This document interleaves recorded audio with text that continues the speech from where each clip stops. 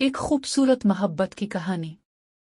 शहर के एक पुरसुकून इलाके में, जहां हवा में खुशबू और हर तरफ सब्जा था, ज़ैन और आमना की कहानी का आगाज हुआ।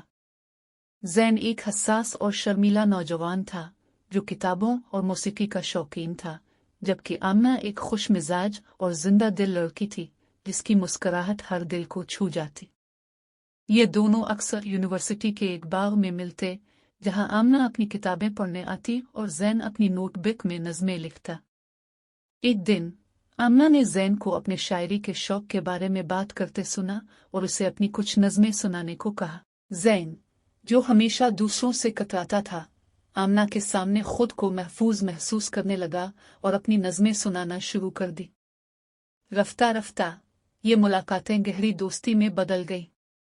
ज़ैन के अल्फाज आमना के दिल को छूने लगे और आमना की मौजूदगी ज़ैन के लिए एक खुशगवार एहसास बन गई। दोनों को एहसास हुआ कि उनके दिलों में मोहब्बत के बीच परवान चल रहे हैं। लेकिन जिंदगी हमेशा आसान नहीं होती। आमना के वालिदैन ने इसके लिए किसी और का रिश्ता तय कर दिया था।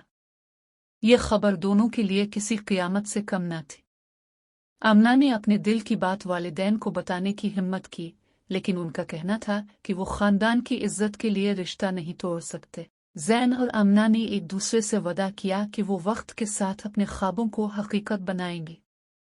ज़ैन ने अपनी तालीम मुकम्मल की और एक कामयाब शायर बन गया। इसकी नज़मों में आमना के लिए मोहब्बत के जज्बात झलकते थे। कई सालों बाद आमना की शादी टूट गई और किस्मत ने ज़ैन और आमना को दोबारा एक दूसरे के सामने ला खड़ा किया।